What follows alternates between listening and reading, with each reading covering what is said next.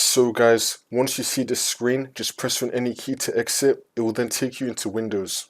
And now once you're on Windows, you want to go to search and type in File Explorer. Click on it.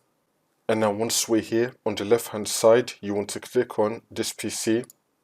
Now you want to find your USB drive. Double click on it.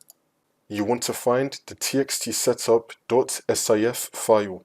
You could either search for it, so just type in this box, txtsetup.sif, you should then find it. Or you could just look for it yourself. For me personally, I have it in this folder. I'm going to double click on it. And I have this file right here, txtsetup.sif. This is the file that I'm looking for. Once you find it, you want to right click on it. Then you want to copy it. Now you want to go back to your USB drive. The main folder, you want to go to your USB drive folder. So the main folder of your USB drive. Now once we're here, you want to paste that file that you just copied right now. So right click on the white space and then click on paste. Now you want to find the folder that you had the txtsetup.sif file inside of.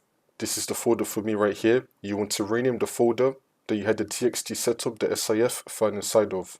So I'm going to right click on this folder, show more options, and then rename.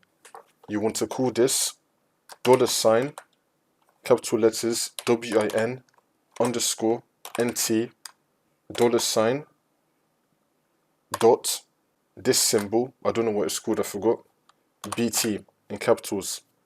So just copy this exact name and then click on enter. Once you do all of this, the problem should be fixed.